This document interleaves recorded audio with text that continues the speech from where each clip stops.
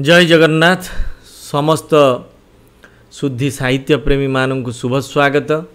धर्मपदर यही आकर्षणीय कथामृत अध्याय को अर्थात षष्ठ भाग को आपण मानू पुनर्बार सारस्वत अभिव्यक्ति सारस्वत स्वागत शाश्वत अभिव्यक्ति।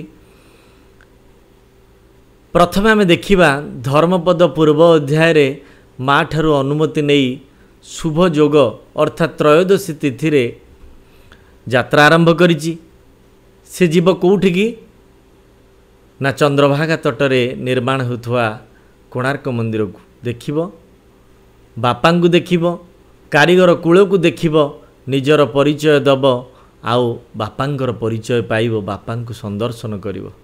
यही आशा यही आकांक्षा नहीं वीर धर्मपद आज पदपात करिछि आगो को। कवि गोपबंधु दास धर्मपद को वीर बोली संबोधन करिसेंती। काहीकि तार कारण होची 12 वर्षर पुत्र 12 वर्षर बालक धर्मपद जो पदक्षेप नहींची ताहा गोटे साधारण बालकर पदक्षेप नुहे। सेतिकी धैर्य, सेतिकी साहस, सेतिकी आत्मविश्वास रही धर्मपद पाखरे। बोधुए से गोपबंधु दास देखा चाहूँगी ये धर्मा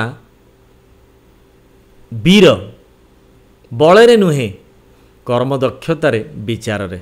आसंतु षष्ठ भागरे आमे आगु जीवा। वीर धर्मपद माता आशीर्वाद घेनी होइला बाहार जाए पूर्व मुखे बलिया कुकुर चले पछे पछे तार अपंतरा बाट केते बेणा पाट बन बिल नदी सर चाले धर्मपद नगणी विपद दिवानिसी निरंतर गुड़कंक पछे गोड़ाए उत्साहे बलिया धाए ता पछे चंद्रभागा जात्री धर्मपद बोली लेखे काही बाट गछे पचारी पचारी चंद्रभागा तीर्थे हेला जाई परवेश लागी छंती जही 12 बड़ाई विश्राम नाई निमेष दिन राति जही जना न पड़ई मुखरित निरंतर भोजन शयन छाड़ी लागी छंती प्राणपणे कारीगर प्राणपणे कारीगर साहस संचय करी वीर धर्मपद मार आशीर्वाद घिनी मार पाद छुई आग को बाहरिला। पूर्व दिग को मुख करी बलिया कुकुर धरी चलिला। कुकुर तार अनुधावन करुथाए पछे पछे चालू थाए अपंतरा बाट कारण आजिर रास्ता घाटर सुजोग सेतेबेले नथिला। अपंतरा बाट घाट देई बेणा पाट देई आमे देखिबा समुद्र कूल रे अनेक बेणा गछ देखा जाए। बाली चर बेणा पाटरे परिपूर्ण सेई वन बिल नदी सर को अतिक्रम करी आग को चलिला धर्मपद। कौन सी विपद को गणना कला नहीं, चिंता कला नहीं। राति दिन निरंतर आगे चलला। बाट घाटरे जहाँ किछि मिले खाए, माँ देइथिबा मुनि रे जहाँ किछि खाद्य थाए ताकू खाए एवं आगे चले। अल्प दिन केइटिरे से निकटतर होबाकू लागिला चंद्रभागार। कवि कहते बाटरे गला बेले बाल्य चपलता बसत से कौन करुची ना गुड़कंक पछरे से गुड़ौची। गुड़कंक कौन ना समुद्रर उपांतरे देखा जाउथुवा गोटे प्रकार फल जहाँ पाकल होला परे उड़े एवं ता पछरे पिला माने खेलिबा पई गोड़ांती ताकू धरिबा पई गोड़ांती ता पवन रे उड़े। जेमती कपा फुटिला परे उड़े सेमती गुड़कंक एक प्रकार फल जहाँ पाचिला परे हालका ही ऊपर को उड़े। ता पछरे ताकू धरिबा पई पिला माने धांती। बाल्य चपलता बसत ଆଗ୍ରହରେ ଧରମା ବେଳେବେଳେ ସମୁଦ୍ରର ପ୍ରାନ୍ତରେ ଦେଖାଯାଉଥିବା ଗୁଡ଼କଙ୍କ ପଛରେ ଧରିବା ପାଇଁ ଦୌଡ଼ୁଛି ଏବଂ ବାଟରେ ଗଲାବେଳେ କେତେ କେତେ ଗଛମାନଙ୍କରେ ଲେଖି ପକାଉଛି କ'ଣ? ଚନ୍ଦ୍ରଭାଗା ଯାତ୍ରୀ ଧର୍ମପଦ। ନିଜ ନାଁ ସହିତ ଚନ୍ଦ୍ରଭାଗା ଯାତ୍ରୀ ବୋଲି ଗଛରେ ଲେଖିଦେଉଛି। କାରଣ କ'ଣ?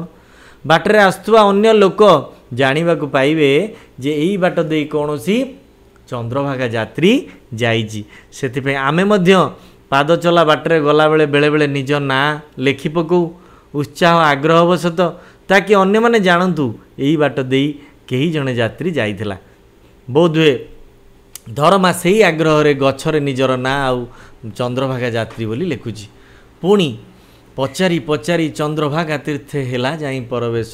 ଲୋକଙ୍କୁ ପଚାରି ପଚାରି ବାଟଘାଟ ଦେଇ କ'ଣ କରିଛି ନା ଧରମା ଯାଇ ପହଞ୍ଚି ଯାଇଛି ଚନ୍ଦ୍ରଭାଗା ତୀର୍ଥରେ।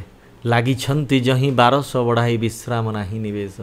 ଦେଖିବାକୁ ପାଇଛି 1200 ବଢ଼େଇଙ୍କର ଅକ୍ଳାନ୍ତ ଶ୍ରମ, ଯେଉଁଠାରେ କି ଦିନରାତି ଏକ କରି ସେମାନେ କୋଣାର୍କ ଦେଉଳ ନିର୍ମାଣରେ ଲାଗିଛନ୍ତି। ଦିନରାତି ଏକ ହୋଇପଡ଼ିଛି, ଚାରିଆଡ଼େ ମୁଖରିତ, ବିଶ୍ରାମ ପାଇଁ ସମୟ ନାହିଁ 1200 ବଢ଼େଇଙ୍କି। ଚାରିଆଡ଼େ ମୁଖରିତ ଅର୍ଥାତ୍ ଶବ୍ଦ ଶୁଭୁଛି, ଶବ୍ଦାୟିତ ଚାରିଆଡ଼େ, ସ୍ଥିରତା ନାହିଁ, ସବୁଆଡ଼େ ଯେମିତି କର୍ମଚଞ୍ଚଳତା। ଯିଏ ଯାହା କାମରେ ବ୍ୟସ୍ତ, ଭୋଜନ ଶୟନ ସବୁ ଛାଡ଼ି ପ୍ରାଣପଣେ କାରିଗର କୂଳ ଲାଗିଛନ୍ତି। ତାପରେ 1200 ବଢ଼େଇଙ୍କୁ ଦେଖିବାକୁ ପାଉଛି ବାଳକ ଧରମା।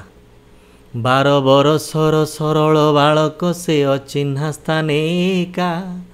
ଚକିତେ ଚୌଦିଗେ ଅନାଇ ଚିନ୍ତିତ ବାପର ନ ପାଇ ଦେଖା। ବିଚାରେ କାହାକୁ ପଚାରିବି ଏଥି କିଏ ବା ଦେବ ଉତ୍ତର। ସର୍ବେ କର୍ମେ ରତ ଏକକୁ ଆରେକ ଚାହିଁବାକୁ ନାହିଁ ତର। ଅବସର ବୁଝି କୋଳି ବିକ୍ରି ବ୍ୟାଜେ ବୁଲେ ସେ ଜନଗହଳେ। ରସାଳ ପୃଥୁଳ ସେ ବଦରି ଫଳ ଯେ ଦେଖେ ତା ମନ ବଳେ। ଜଣେ କେହି ଶିଳ୍ପୀ ଘର କଥା ଭାବି ମରମେ ଆହତତି। କହେ ମୋ ବାଡ଼ିରେ ଫଳୁଥିବ ଆହା କେତେ କୋଳି ଏଇ ହିମତି। ଅଦ୍ଭୁତ ସଂଯୋଗ, ଅଦ୍ଭୁତ ସମ୍ମେଳନ, ଅଦ୍ଭୁତ ମିଳନ ପିତା ପୁତ୍ରର ଘଟିବାକୁ ଯାଉଛି। ହେ ଶ୍ରୋତାଗଣ, 12 ବର୍ଷର ବାଳକ ସରଳ ତରଳ ତାର ଆବେଗରେ, ତାର ବ୍ୟବହାରରେ ସେ ସ୍ଥାନରେ ବୁଲିବାକୁ ଲାଗୁଛି। ସମସ୍ତେ ଆଶ୍ଚର୍ଯ୍ୟଚକିତ ହେଉଛନ୍ତି, କାରଣ ତା ହାତରେ ଅଛି ବାଡ଼ିର ବରକୋଳି। ସମସ୍ତେ ଚୌଦିଗରେ ଦେଖୁଛନ୍ତି, ଅନାଇ ଏବଂ ନିଜେ ଅନେଇକି ଚୌଦିଗକୁ ଦେଖୁଛି।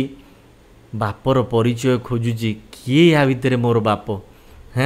ଦେଖା ପାଇବା ପାଇଁ ଅତ୍ୟନ୍ତ ଆକୁଳ ବ୍ୟାକୁଳ ସେ ତାର ବାପା ସହିତ ଭେଟ ହେବ।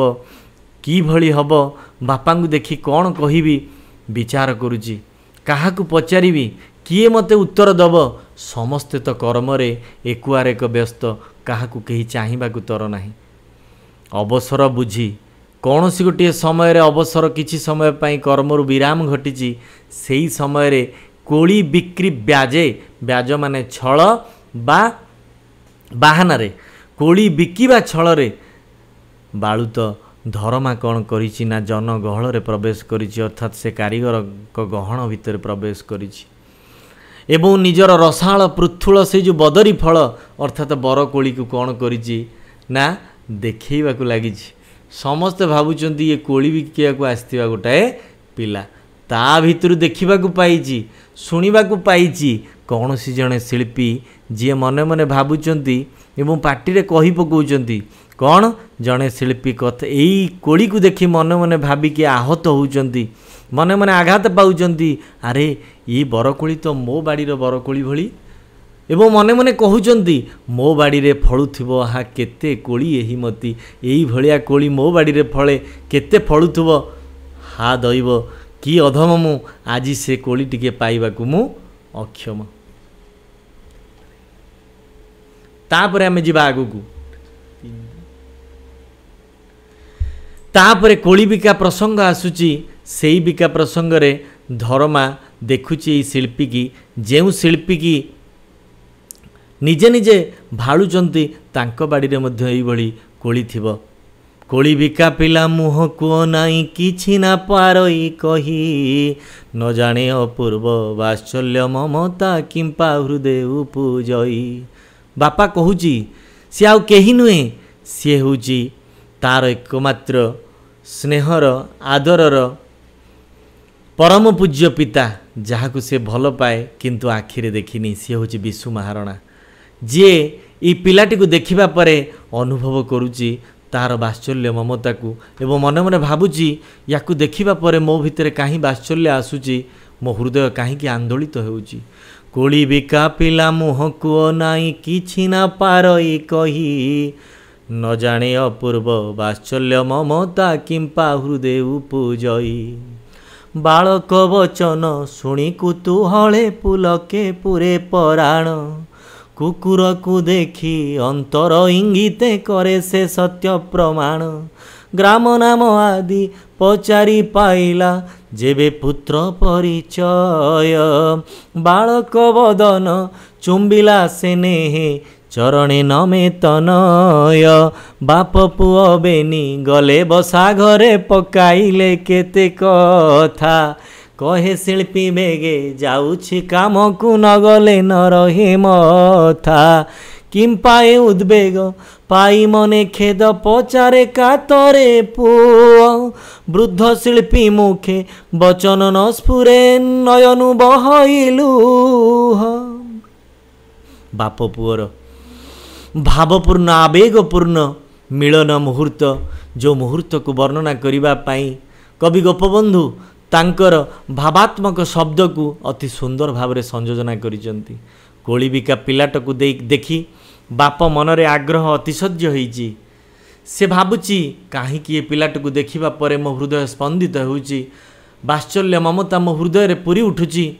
बालक वचन शुणी कुतूहले पुलके पुरे पराण काहीकि ये पिलाटीर कथा शुणिबा परे कौतूहल अवसत मो हृदय पूरी उठुची।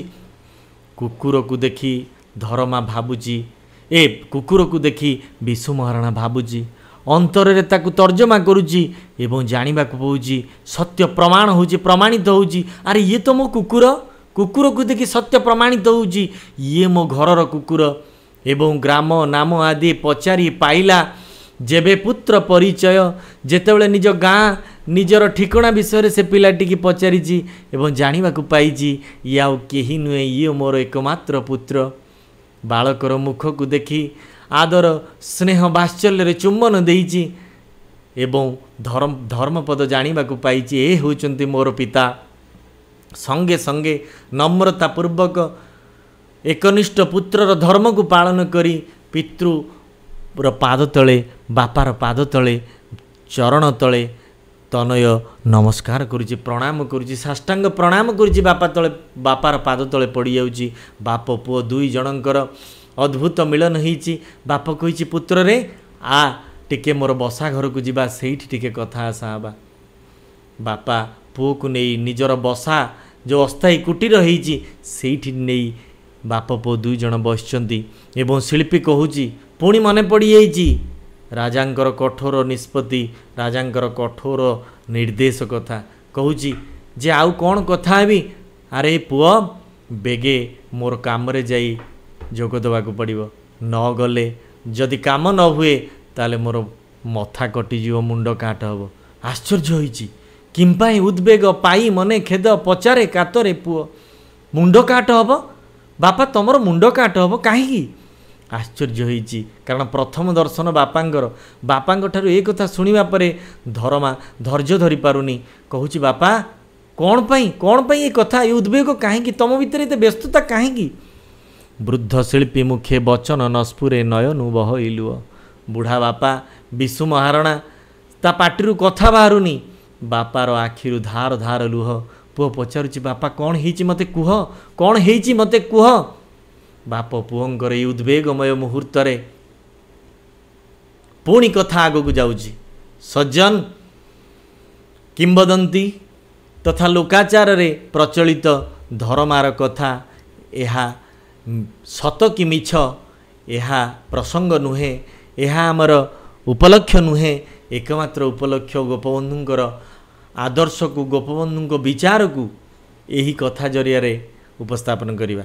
ଆଶା ଧର୍ମାର ଏହି ଉଦ୍ବେଗକୁ ଆପଣମାନେ ବୁଝୁଥିବେ। ଆପଣଙ୍କ ହୃଦୟ ଭିତରେ ପିତା ପୁତ୍ରର ମିଳନ ନିଶ୍ଚିତ ଭାବାନ୍ତର ସୃଷ୍ଟି କରୁଥିବ।